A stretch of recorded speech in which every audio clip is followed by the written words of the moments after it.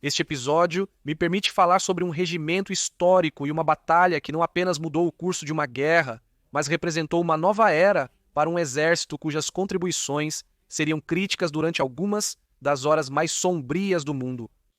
É uma história que merece ser lembrada. Este é um tipo de boné comumente usado no exército britânico e nos exércitos da Commonwealth britânica, às vezes referido como boné de quartel ou boné de forragem porque eram originalmente usados para funções informais, e também às vezes chamado de boné de pico porque esta peça aqui, que os americanos geralmente chamariam de viseira ou aba, os britânicos se referem como pico. Este chapéu é dos anos 80 e, na verdade, esses chapéus estão saindo de moda, estão sendo amplamente substituídos por boinas. Uma das coisas que gosto nos bonés regimentais é que, apesar dos designs serem semelhantes, cada regimento usa cores, tubulações e um distintivo frontal diferentes, representando sua unidade. Os regimentos do exército britânico e do antigo Commonwealth possuem longas histórias, e cada um desses bonés e distintivos representa uma janela única para essa história, o que é certamente verdade para este chapéu em particular. Neste distintivo, há uma estrela de corte de diamante de 8 pontas, com a estrela em um círculo elevado encimado por uma coroa, e no círculo estão as letras em bloco Victoria, Regina, Imperatrix. Essas letras são conhecidas como cifra imperial, um monograma para um monarca reinante. O curioso neste distintivo é que a cifra está desatualizada. Uma cifra real ou imperial geralmente é atualizada para o monarca atual, mas em vez da cifra para a monarca atual, Rainha Elizabeth II Victoria Regina Imperatrix significa Victoria Regina Imperatrix, que significa Victoria Rainha e Imperatriz. Então, enquanto este chapéu é dos anos 1980, ele ostenta uma cifra real da Rainha Victoria, que morreu em 1901, e isso realmente nos diz tudo o que precisamos saber para saber de onde vem este chapéu, pois enquanto havia muitos regimentos autorizados a usar a cifra real em seu distintivo, apenas um regimento em todo o Império estava autorizado a continuar usando a cifra real de Victoria perpetuamente, e esse privilégio único não foi para um regimento do exército britânico, mas para um regimento de um dos domínios. Este chapéu representa o Regimento Real Canadense. O Regimento Real Canadense foi formado em 1883, como um corpo escolar de infantaria para treinar a milícia canadense. Embora tenha uma longa e ilustre história, há uma batalha e conflito específicos que definiram não apenas a reputação do Regimento Real Canadense, mas do exército canadense como um todo. Durante a Era Vitoriana, a Grã-Bretanha travou várias guerras enquanto mantinha o maior império da história. Os homens canadenses que serviam nos regimentos britânicos participaram desses conflitos ao longo desse período. Mas foi no final da Era Vitoriana e no início do século XX que a Grã-Bretanha enfrentou uma guerra colonial tão desafiadora, que exigiu o envio de uma quantidade substancial de tropas de seus domínios para fora de suas próprias fronteiras. A Segunda Guerra Anglo-Boer começou em 1899, após longas tensões entre os britânicos e as duas repúblicas boeres holandesas na África do Sul, culminarem na declaração de guerra dos boeres. O governo britânico propôs que o Canadá enviasse tropas para serem incorporadas às unidades britânicas no conflito. Na época, o exército canadense, também conhecido como Força Permanente, era minúsculo e o Regimento Real Canadense de Infantaria era o único regimento de infantaria desta força. Uma onda de entusiasmo no Canadá anglófono permitiu o recrutamento de uma força de cerca de 1.000, composta por tropas profissionais da Força Permanente e voluntários. O governo canadense queria que suas tropas tivessem uma identidade verdadeiramente canadense. Em vez de dividi-las em diferentes unidades britânicas, elas foram formadas em um único batalhão designado como o 2º Batalhão de Serviço Especial do Regimento Real Canadense de Infantaria. A Segunda Guerra Anglo-Boer foi a primeira vez que canadenses em uniformes canadenses lutando em uma unidade canadense fizeram guerra no exterior. O batalhão chegou na África do Sul em 29 de novembro de 1899 em um conflito já sangrento. No início, as forças britânicas em menor número foram rapidamente cercadas e sitiadas em Natal e na Colônia do Cabo. Porém, esperava-se que um corpo de exército sob o general Hedvers Buller logo superaria os Boers. No entanto, os britânicos utilizavam táticas obsoletas desenvolvidas em guerras coloniais anteriores. Os generais britânicos não compreenderam o impacto do fogo destrutivo das trincheiras e a mobilidade das incursões de cavalaria. Um dia antes da chegada dos canadenses, os britânicos venceram nominalmente, obrigando os Boers a recuarem na Batalha do Rio Mater. Embora os britânicos tenham flanqueado os Boers e forçado sua retirada, aprenderam uma lição brutal no que o comandante das forças chamou de uma das lutas mais duras do exército britânico, com as tropas presas ao chão, torturadas pelo calor e sede, sem cobertura contra o fogo preciso e mortal dos Boers.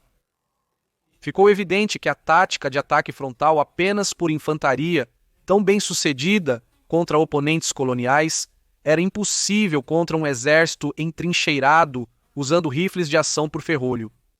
Os britânicos demoraram a aprender essa lição. Enquanto o batalhão canadense passava alguns meses em funções de linha de comunicação, um momento crítico para treinarem devido à inexperiência, o exército britânico sofreu derrotas devastadoras nas mãos dos comandos Boer. De 10 a 15 de dezembro, os Boers venceram 3 batalhas desproporcionais e sangrentas contra os exércitos de Buller em Stormberg, Magersfontein e Colenso. As perdas britânicas foram tão graves que a imprensa do país chamou o período brutal de Semana Negra. Em 12 de fevereiro de 1900, o Regimento Real Canadense de Infantaria se uniu à 19ª Brigada em uma grande ofensiva britânica para capturar Pretória, capital do estado Boer de Transvaal. 6 dias depois, os canadenses viveriam o terror total do que alguns denominaram Primeira Guerra Moderna, na Batalha de Paartaberg. A nova força de invasão ameaçava o flanco da força Boer, comandada por Piet Crange, vitorioso na Batalha de Magersfontein em dezembro.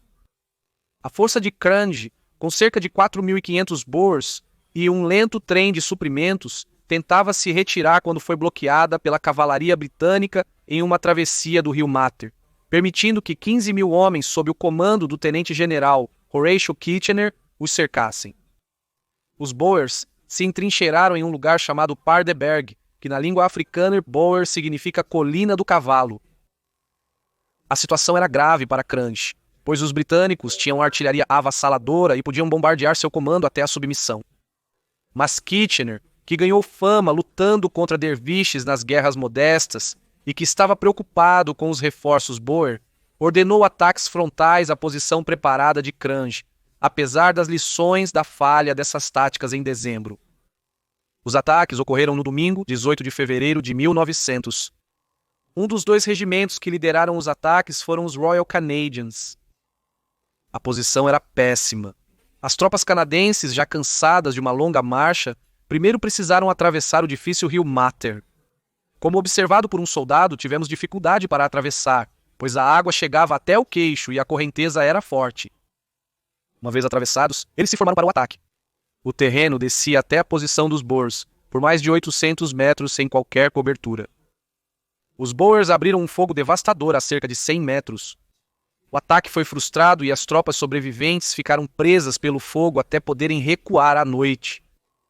A força de Kitchener sofreu mais de 1.100 baixas naquele dia, a maior perda de vida das forças imperiais na Segunda Guerra dos Boers. 78 dos mortos e feridos eram dos Royal Canadians. Aquele dia ficou conhecido como Domingo Sangrento. Por 8 dias, os britânicos bombardearam a posição dos Boer. Isso causou poucas baixas entre os Boers entrincheirados, mas destruiu seus vagões e matou seus cavalos e mulas. Os Boers de Cronje estavam cada vez mais desmoralizados. Porém, os canadenses quebraram o impasse. Os Royal Canadians receberam ordens para outro assalto em 27 de fevereiro, sofrendo perdas terríveis novamente. Mas, em vez de se retirarem à noite como antes, com a ajuda dos Royal Engineers, eles cavaram trincheiras naquela noite a menos de 54,86 metros das posições dos Boers. Na manhã seguinte, os Boers se depararam com os rifles dos canadenses entrincheirados. Vendo que a posição era desesperadora, Cronje se rendeu. Foi a primeira grande vitória britânica e um ponto de virada decisivo na Segunda Guerra Anglo-Boer. Os cerca de 4.000 Boers, que foram levados para o cativeiro, representavam quase 10% do exército Boer, e a vitória desempenhou um enorme papel no moral de ambos os exércitos e na eventual derrota dos exércitos Boer em campo. Mas também foi um ponto de virada para os canadenses, que receberam grande parte do crédito pela vitória. O marechal de campo Lord Roberts, comandante das forças britânicas na África do Sul, disse que os canadenses eram tão bons quanto qualquer homem no exército britânico. Canadense agora significa bravura, audácia e coragem. O major-general Sir Horace Smith Dorrien disse sobre os canadenses: não há tropas mais finas ou mais galantes em todo o mundo. A vitória em Paartaberg mudou a percepção mundial do Canadá, como disse o primeiro-ministro Wilford Laurier na Câmara dos Comuns, revelando que uma nova potência havia surgido no Oeste. De 1901 a 1914, os canadenses se reuniam em praças e memoriais no dia 27 de fevereiro para celebrar o dia de Paartaberg, um dia para comemorar a primeira grande vitória do exército canadense em uma guerra no exterior, reconhecer os canadenses que serviram na Segunda Guerra Anglo-Boer e afirmar a lealdade do Canadá inglês ao Império. Essas celebrações cessaram com a chegada da Grande Guerra, sendo substituídas pelo Dia da Lembrança, celebrado solenemente em 11 de novembro, data do armistício em Münster, aquela guerra. Desde o primeiro destacamento de uma unidade verdadeiramente canadense, o exército canadense desempenhou papéis vitais e galantes em alguns dos conflitos mais importantes e sangrentos da história mundial, através das guerras mundiais, do conflito coreano, da Guerra do Golfo e das operações de manutenção da paz, da Organização das Nações Unidas na guerra no Afeganistão no século XXI. Aproximadamente 118 mil canadenses perderam suas vidas em guerras no exterior. Hoje, o Regimento Real Canadense é o regimento de infantaria regular sênior do Exército Canadense, ainda pronto para lutar para defender o Canadá e os interesses vitais do Canadá.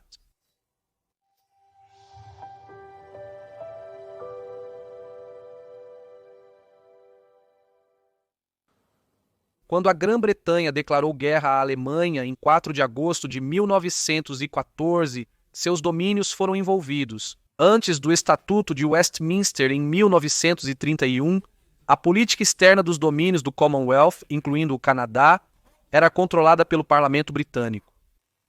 A contribuição canadense para a Grande Guerra foi notável, com cerca de 650 mil canadenses servindo em uniforme durante o conflito.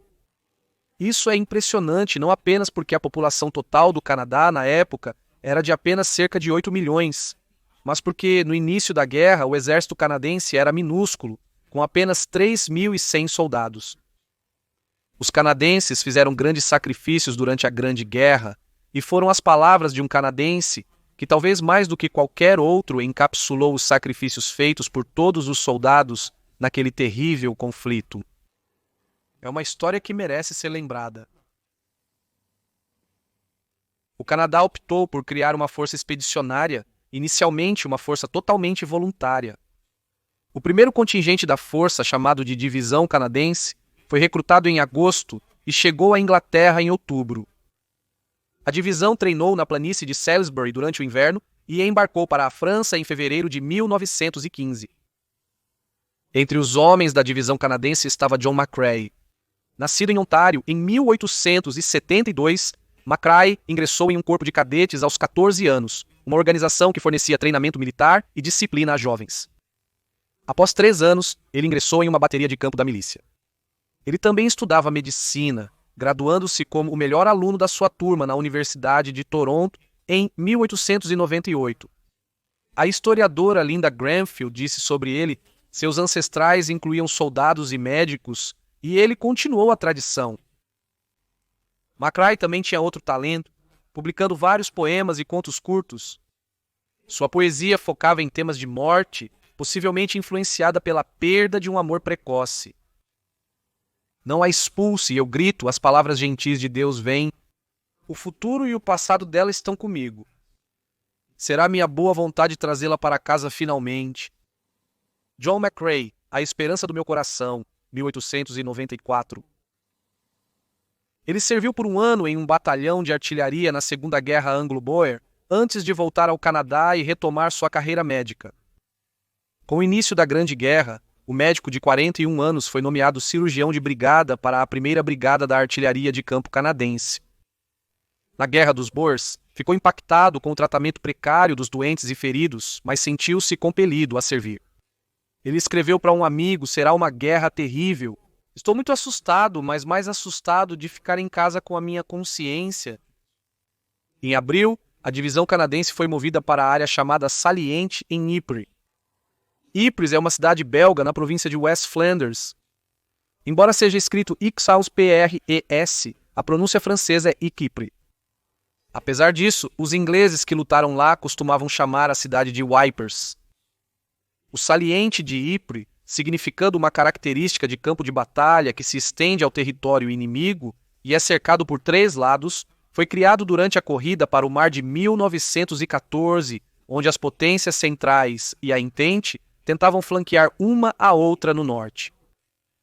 A região de Ypres foi palco de uma batalha feroz, porém indecisa, no outono de 1914. O saliente era perigoso para os canadenses e aliados, pois os alemães detinham terreno elevado ao redor da cidade e queriam alinhar sua linha. Apesar da participação em um assalto diversionista na Batalha de Neuve-Chapelle, em março, a divisão canadense enfrentaria seu primeiro grande teste em combate em Ypres, incluindo uma terrível nova arma. Em Neuve-Chapelle, os alemães usaram granadas de fragmentação contendo um irritante químico, mas a concentração era muito baixa para ter efeito. Outra tentativa em janeiro contra as tropas russas na frente oriental, usando um gás mais mortal, falhou, pois o gás havia congelado em vez de vaporizar devido às condições. Em abril, os alemães planejam fechar o saliente em Ypres, usando uma concentração muito maior de um irritante muito mais poderoso, o cloro. O Centro Médico da Universidade de Kansas explica que o cloro é um gás diatômico, cerca de 2,5 vezes mais denso que o ar, de cor verde pálida e odor descrito como uma mistura de abacaxi e pimenta. Ele pode reagir com a água nos pulmões formando ácido clorídrico, que destrói os tecidos e pode levar à morte ou causar danos e incapacidade no tecido pulmonar. Em baixas concentrações, se não atingir os pulmões, pode causar tosse, vômito e irritação nos olhos. O cloro era mortal contra soldados desprotegidos. Em Ypres, os alemães haviam reunido mais de 5.700 cilindros, alguns com até 40 kg de cloro líquido. O cloro seria sifonado dos recipientes, vaporizado e levado pelo vento até as trincheiras da Entente. O gás cloro, sendo mais pesado que o ar, se depositava nas trincheiras. O ataque alemão começou por volta das 17h, quando as condições foram favoráveis. Em 22 de abril, contra as tropas coloniais francesas, tropas da Argélia e Marrocos, à esquerda dos canadenses. As tropas da Entente foram surpreendidas pelo ataque, acreditando que os alemães não usariam armas químicas, proibidas pelo Tratado de Haia de 1899. O site Veteran Affairs Canada descreveu o impacto. Nuvens densas de cloro amarelo esverdeado pairavam sobre as trincheiras francesas, fazendo suas defesas desmoronarem. As tropas, atordoadas pela terrível arma, morreram ou fugiram em pânico, deixando um buraco de 4 milhas na linha aliada.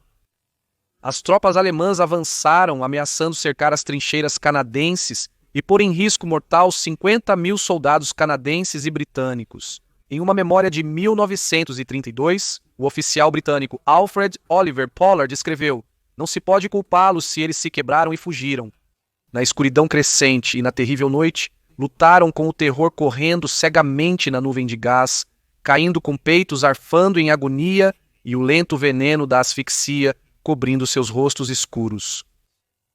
McRae escreveu para sua mãe no dia seguinte: "Enquanto avançávamos, ontem à noite houve um intenso tiroteio por volta das 4h30 à nossa esquerda, a hora em que o ataque geral com gás foi feito quando a linha francesa quebrou. Podíamos ver as granadas explodindo sobre Ypres, os sentimentos dos soldados franceses asfixiados, das mulheres e crianças e dos reforços britânicos alegres e firmes que passavam calmamente por nós, subindo, não recuando. Eu poderia escrever, mas você não consegue imaginar." Mas o avanço alemão foi lento, provavelmente porque eles tinham medo do próprio gás e não conseguiram explorar totalmente a nova brecha na linha. Contra-ataques dos canadenses, sem treinamento noturno, conquistaram pouco terreno, mas distraíram os alemães e deram tempo à Entente para tentar fechar o flanco. O cabo-lance Frederick Fisher liderou um esquadrão de metralhadoras para defender uma artilharia canadense ameaçada pelo avanço alemão. Eles cobriram a retirada, mas seu esquadrão perdeu 4 homens. Na manhã seguinte, ele liderava novamente uma equipe de metralhadoras impedindo os alemães de avançar para St. Julian, quando foi morto por fogo inimigo. Por suas ações, ele foi condecorado póstumamente com a Cruz de Vitória, sendo o primeiro canadense da Força Expedicionária Canadense a receber a medalha. No dia 24, os alemães atacaram novamente com gás, agora contra os canadenses, tentando tomar St. Julian. Um médico canadense sugeriu que as tropas se protegessem colocando um pano com urina sobre a boca, alegando que a amônia neutralizaria o cloro. Apesar dos alemães terem tomado a vila, a resistência canadense impediu o colapso do saliente. Veterans Affairs. Canadá explica, desta vez o alvo era a linha canadense. Aqui, através de terríveis combates, murchados com estilhaços e tiros de metralhadora, prejudicados por seus rifles Ross, emitidos que engasgavam, violentamente doentes e ofegantes por ar através de lenços encharcados e lamacentos. Eles resistiram até que os reforços chegassem. Naquela noite, o sargento-major Frederick William Hall, do 8º Rifles de Winnipeg, arriscou-se sob fogo inimigo para resgatar soldados feridos de sua companhia. Ele salvou 2, mas morreu ao tentar salvar o terceiro. Ele foi o segundo canadense a receber a Cruz de Vitória pela batalha. Os combates ao redor de St. Julian continuariam por mais 17 dias. McRae escreveu que era um inferno na época e realmente esperavam morrer em seus rastros. Por 17 dias e 17 noites, nenhum de nós tirou as roupas, nem mesmo as botas, exceto ocasionalmente. Durante todo o tempo em que estive acordado, o tiroteio e os disparos de rifle não cessaram por 1 minuto sequer. Em 25 de maio, o capitão Francis Alexander Scrimger, médico do 14º Batalhão do Regimento Real de Montreal, auxiliou na remoção dos feridos de seu hospital durante o avanço alemão, carregando um oficial lesionado. Ele foi o terceiro canadense a receber uma Cruz de Vitória na batalha. Na noite de 25, Colin Campbell e Raymond Saunders, da 2ª Brigada da Artilharia de Campo canadense, se preparavam para dormir quando um projétil caiu perto. Um estilhaço atingiu a cabeça de Ray. Ele foi levado para um hospital de campo, mas morreu 20 horas depois. Cullen escreveria mais tarde sobre a morte de seu amigo. É terrivelmente difícil perder alguém que se ama. Ele e alguns membros da bateria enterraram seu amigo. Cullen fez a cruz para o túmulo sozinho. Ele escreveu: era a vontade de Deus que ele tivesse que deixar tudo o que amava e todos que o amavam neste mundo para encontrá-los no próximo. Ele escreveu ao pai de Ray prometendo visitá-lo no pós-guerra. Ele nunca teve essa chance. Colin Campbell foi morto em combate em 10 de outubro de 1917. Ele tinha 22 anos. Em meio aos ruídos errantes da terra, ele captou a nota sublime.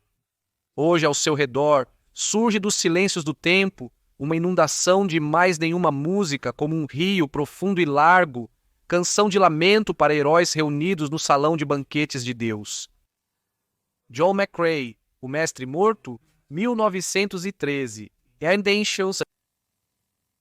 Em 2 de maio, o tenente Alexis Helmer, um amigo próximo de McCrae com quem serviu na milícia, foi morto. McCrae escreveu para sua mãe sobre o forte tiroteio pela manhã que matou o tenente Helmer nos canhões. As palavras finais de seu diário foram: acalmou um pouco e tentará dormir bem esta noite. Eu disse o serviço de compromisso sobre ele o melhor que pude de memória. A morte de um soldado. Existem várias histórias sobre o que aconteceu a seguir, mas a mais aceita é que McRae sentou-se na traseira de uma ambulância e em 20 minutos compôs o que seria de longe seu poema mais famoso. Uma homenagem a Helmer e aos 6.000 canadenses mortos, quase 1/3 da força expedicionária durante a Segunda Batalha de Ypres. Segundo a administração de veteranos do Canadá, papoulas selvagens desabrochavam entre as cruzes que sinalizavam os túmulos. Incapaz de ajudar seu amigo e os outros que morreram, John McCrae deu-lhes voz através de seu poema. Nos campos de Flandres, as papoulas sopram entre as cruzes, fila após fila, que marcam nosso lugar, e no céu as cotovias ainda voam cantando bravamente, mal ouvidas entre as armas abaixo. Nós somos os mortos. Há poucos dias vivíamos, sentíamos o amanhecer, víamos o brilho do pôr do sol, amávamos e éramos amados, e agora jazemos nos campos de Flandres. Assuma nossa disputa com o inimigo. Para você, de mãos agitadas, passamos a tocha. Seu dever é mantê-la erguida. Se quebrar a fé conosco, morremos. Não dormiremos, embora as papoulas cresçam nos campos de Flandres. John McCrae nos campos de Flandres, 1915. Testemunhas afirmam que ele amassou o poema escrito há 106 anos, julgando-o inadequado. Um amigo o convenceu a publicar após se recuperar. O poema foi publicado anonimamente na revista Punch em 8 de dezembro de 1915. Leonard Granfield descreve a reação avassaladora do público. A identidade do poeta foi posteriormente revelada e seu trabalho se tornou o poema inglês mais popular da Grande Guerra. Em 2012, o New York Times escreveu que o poema foi republicado mundialmente, tornando-se rapidamente sinônimo do sacrifício dos soldados mortos na Primeira Guerra Mundial. Apesar de seu tom sombrio e sua ilustração da morte, o poema Em Campos de Flandres foi usado em cartazes de recrutamento e campanhas de títulos. Granfield observa que algumas pessoas argumentam que o chamado à batalha do poema é perturbador, mas outros reconhecem que era uma expressão das crenças pessoais de John McCrae e um exemplo das atitudes sociais da época. McCrae, sendo um patriota, compreendia o custo da guerra. Em 1916, ele escreveu a um amigo que em Flandres eu vi em uma luta para me fazer por toda a minha vida natural. Granfield afirma que após a batalha, conhecidos de McCrae perceberam mudanças em sua aparência e personalidade. Ele passava mais tempo só, parecendo mais velho do que era. Ele não mais entretinha os companheiros com histórias animadas e seu sorriso cativante. Estou exausto disso, escreveu a um amigo. McCrae foi promovido a tenente-coronel e assumiu o comando de um hospital de campo. Em 18 de janeiro de 1918, desgastado pela guerra, ele morreu de pneumonia. Ele tinha 44 anos. Em Campos de Flandres ainda é popular no Canadá e mundialmente, sendo frequentemente recitado em serviços do Dia da Lembrança e dos Veteranos. É considerado por muitos como um dos poemas mais importantes já escritos sobre a guerra.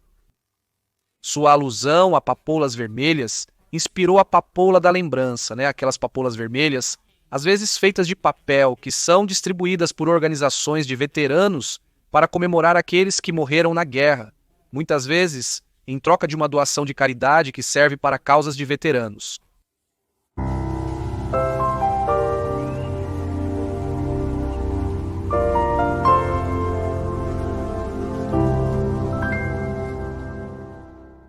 Hoje, 6 de junho, marca o 78 o aniversário do desembarque dos aliados na Normandia. Os aliados desembarcaram cerca de 156 mil tropas no dia D, seja nas praias ou por operações aéreas, e muitos disseram que durante esses desembarques o caos reinou. Ainda assim, de alguma forma, os aliados conseguiram ganhar posição na fortaleza europeia. Há tantas histórias de heroísmo e da massiva Operação Overlord, entre elas, a história do pouco conhecido 1º Batalhão de Paraquedistas canadense. Os canadenses estão entre os primeiros aliados a pisar na França no dia D.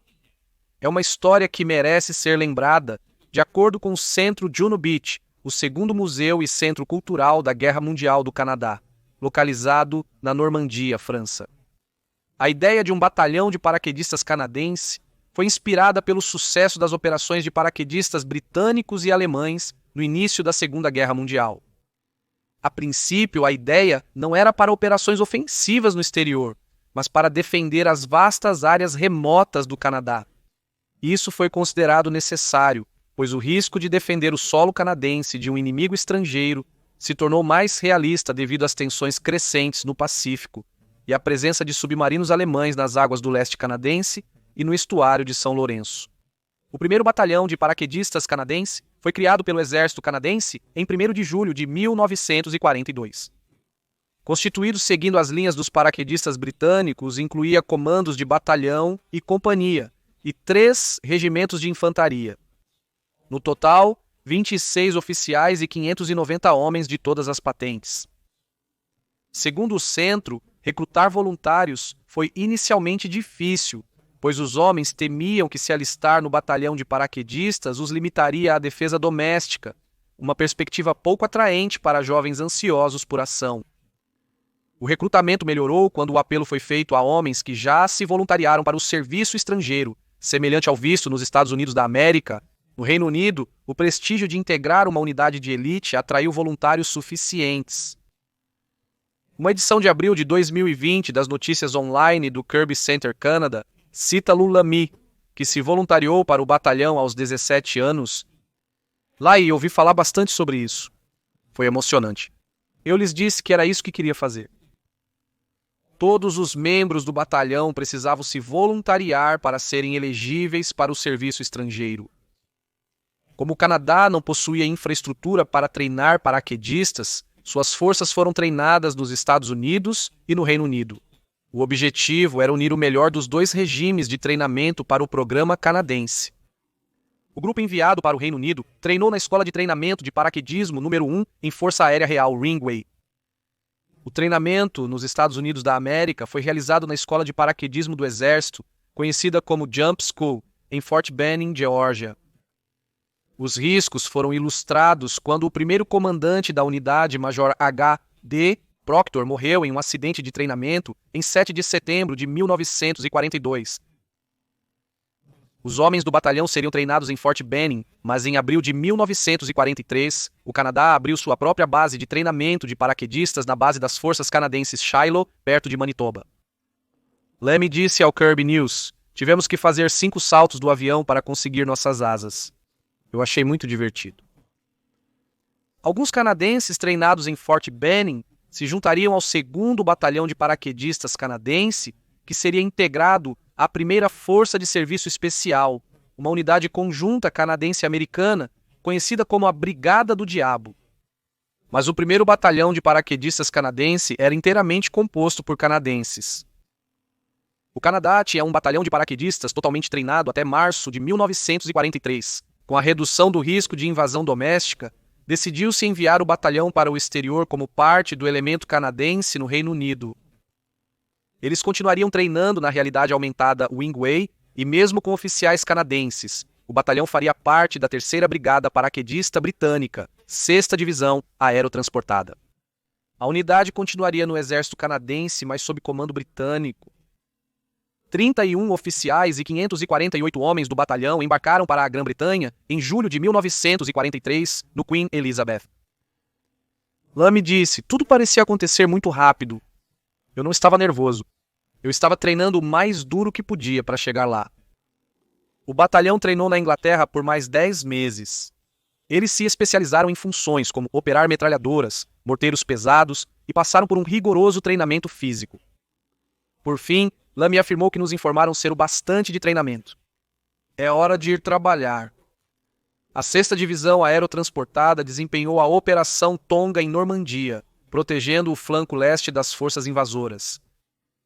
Sua missão era tomar 2 pontes cruciais sobre o rio Orne e o canal de Caen e atacar a bateria de artilharia de Merville, tema de outro episódio do History Guy. O 1º Batalhão Paraquedista Canadense foi escolhido para liderar o desembarque. Na verdade, seu primeiro objetivo era garantir as zonas de desembarque para o resto da divisão. As 3 companhias foram encarregadas de destruir pontes que os alemães poderiam usar para mover reforços, entre outros objetivos. A 100 deveria capturar Veraville e destruir uma ponte ao sul, uma provável rota para a armadura alemã. Cada um com uma bolsa de 30 kg, uma faca, moeda francesa e ração para durar 48 horas, os canadenses foram transportados em 50 aviões Armstrong Whitworth Albemarle, saltando por um buraco no chão do tamanho de uma banheira. Mas apesar de todo o treinamento e planejamento, os saltos não saíram como planejado. Apesar de terem sido informados que a artilharia antiaérea seria leve, os aviões enfrentaram um flak considerável. Pilotos desviaram das rotas designadas ao tentar evitar o flak, ou tendo seus aviões empurrados e sacudidos por ele. Paraquedistas foram lançados, alguns se feriram dentro das aeronaves e os equipamentos se emaranharam. Pilotos se perderam ou desorientaram e neblina obscureceu algumas zonas de salto. Alguns homens pularam cedo dos aviões que estavam sob fogo devido à ansiedade. O avião do Cabo Air Nijin ultrapassou a zona de salto antes que pudesse pular, segundo a história militar canadense de 2004. Eu era o 19 e o 20 no meu avião. Ao me dirigir à porta, ouvi o motor acelerar e o mestre de salto me empurrar. Pensei comigo mesmo, viemos todo esse caminho para voltar para a Inglaterra? Quase pior, o avião teve que dar a volta e voar novamente pelo fogo antiaéreo para soltar os 2 últimos paraquedistas. Mais tarde, ele descobriu que os 18 homens originais foram lançados no lugar errado e capturados ou mortos. Uma vez lançados, os homens enfrentaram mais problemas. Muitos pilotos, tentando evitar o flak, não reduziram a velocidade para um lançamento seguro. Os homens perderam seus equipamentos e kits de 70 libras que foram levados pelo vento. O capitão John Simpson foi citado na história militar canadense. O avião ia muito rápido. Ao sair, a explosão da hélice arrancou todo o meu equipamento. O motorista dirigia em alta velocidade. Eu só tinha minhas roupas e meu revólver Point .45 com alguma munição. Muitos homens agora estavam sem o equipamento pesado necessário para cumprir suas missões. E eles corriam um risco significativo ao saltar. Muitos se feriram batendo em árvores ou prédios. Mais de 80 foram capturados quase de imediato. Os alemães inundaram campos que seriam prováveis pontos de aterrissagem para paraquedistas. Isso poderia significar ficar preso na lama, especialmente nas valas de drenagem no final dos campos, com cerca de 6 a 8 pés de profundidade. Paraquedistas com 36,28 kg de equipamento poderiam se afogar facilmente. O Toronto Star relatou em novembro passado os primeiros canadenses a pisar na França ocupada pelos alemães desde a invasão de Dieppe em 1942. Eles desceram no escuro. Muitos deles se afogaram nos pântanos inundados pelo inimigo. Outros foram baleados ou se perderam antes de encontrar suas marcas. No chão, muitos estavam distantes das zonas de queda. O cabo Lance Distrito Sul Parley foi citado na história militar canadense. Se não soubesse o ponto de encontro, eles disseram para enfrentar a direção da aeronave que chegava e mover-se para a esquerda de sua rota de voo. Isso era tudo muito bom até eu perceber que cada avião que eu podia ver estava indo em uma direção diferente. Os homens perdidos e abandonados afetariam dramaticamente a situação no chão. O batalhão perdeu 15 de seus 27 oficiais no salto. A Reader's Digest Canada contou a história do cabo John Ross. Ele pegou sua bolsa de equipamentos com a metralhadora e o rádio e correu para o grupo esperando ver todos os 120 membros da 100 Companhia 100. Ele foi um dos apenas 32 paraquedistas a chegar. Os outros estavam espalhados pela zona rural, alguns caindo a até 16 quilômetros do ponto de encontro.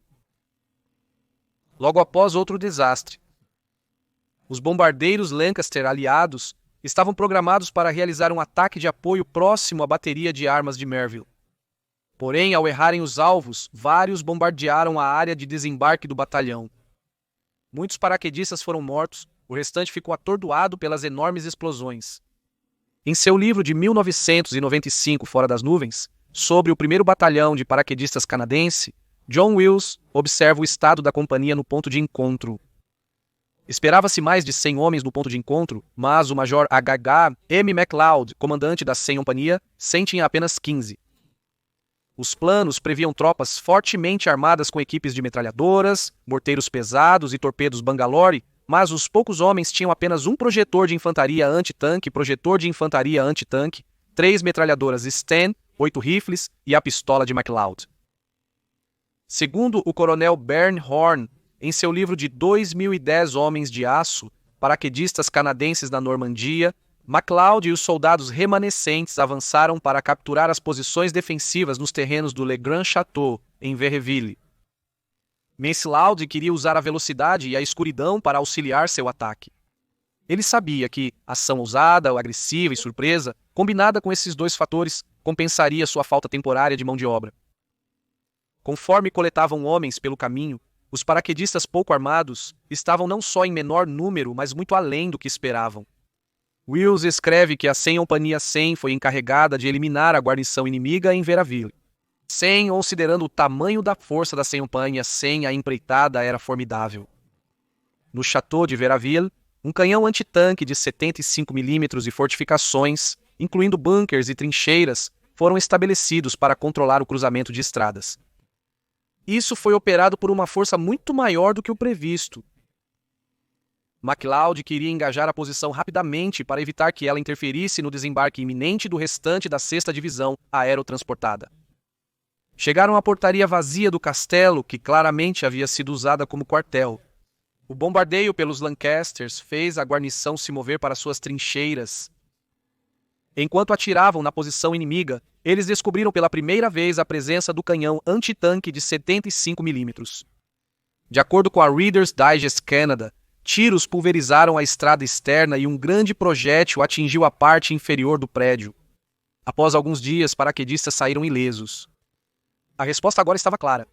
Os alemães recuaram para uma trincheira de concreto, fortificada com metralhadoras e um canhão antitanque de 75 mm. Nós só tínhamos pistolas, rifles e um morteiro de 2 polegadas, disse o cabo Ross. Eles estavam em desvantagem em armas e número. MacLeod tentou usar a melhor arma que tinha, fazendo um cabo usar seu projetor de infantaria antitanque, uma arma antitanque de infantaria. O primeiro tiro errou o bunker, que continha arma de 75 mm. Antes que um segundo tiro pudesse ser disparado, a arma de 75 mm respondeu. O tiro perfurou a parede e detonou a munição PA que restava. 5 dos 6 homens na sala foram mortos ou feridos mortalmente, incluindo o Major MacLeod. Segundo o Reader's Digest Canada, nenhum deles havia chegado aos 25 anos. A Batalha de Verreville foi caótica. Um capitão relatou que o caos parecia reinar na vila. Sob o barulho das metralhadoras, Bren, metralhadoras e granadas, gritos em inglês e alemão podiam ser ouvidos. Horn cita o Major Jeff Nicklin, vice-comandante do batalhão. Os alemães corriam por Verreville como loucos, atirando em tudo que se movia.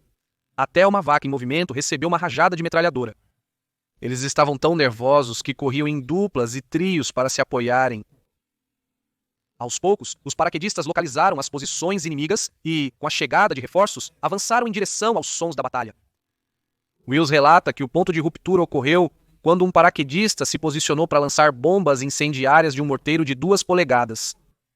Ele avançou para a posição inimiga. Wills escreve que rastejou rapidamente de volta para a vala mais funda, temendo ser alvejado a qualquer instante, mas nada aconteceu.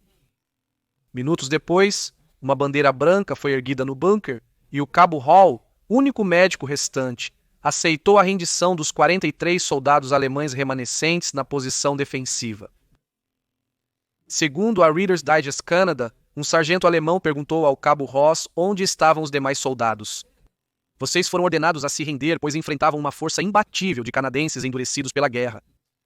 Você está olhando para eles, respondeu Ross. O Toronto Star escreve, no final, uma pequena força canadense derrotou um contingente inimigo maior e fez mais de 80 prisioneiros. Escreveu o cabo Dan Hartigan, 2 soldados inimigos para cada paraquedista canadense que lutou em Verreville. As realizações da 100 do 1º Batalhão de Paraquedistas 100 canadenses simbolizam os milhares de soldados que chegaram à França nesse dia. Ocasionalmente desembarcavam distantes do local previsto, isolados do comando, então reuniam-se em pequenos grupos e buscavam meios de alcançar seus objetivos. Notavelmente, o 1º Batalhão de Paraquedistas canadense cumpriu todas as suas metas do dia D no primeiro dia, poucas unidades. Poderiam dizer o mesmo. Mas isso veio a um custo terrível. Nas primeiras 24 horas da invasão, o batalhão perdeu 116 baixas. E antes que a Batalha da Normandia terminasse, eles perderiam 24 oficiais e 343 homens. O Toronto Star conclui que essa invasão foi o começo do fim para a Alemanha nazista. O que esses canadenses fizeram naquele dia e nos próximos 14 meses é coisa de lendas. Se você gostou deste episódio do History Guy, sinta-se à vontade para curtir, se inscrever e compartilhar com seus amigos. E se você também acredita que a história merece ser lembrada, então você pode apoiar o History Guy como membro no YouTube, apoiador em nossa comunidade no Locals ou como patrono no Patreon. Confira também nossa excelente loja de mercadorias ou reserve uma mensagem especial do History Guy no Camil.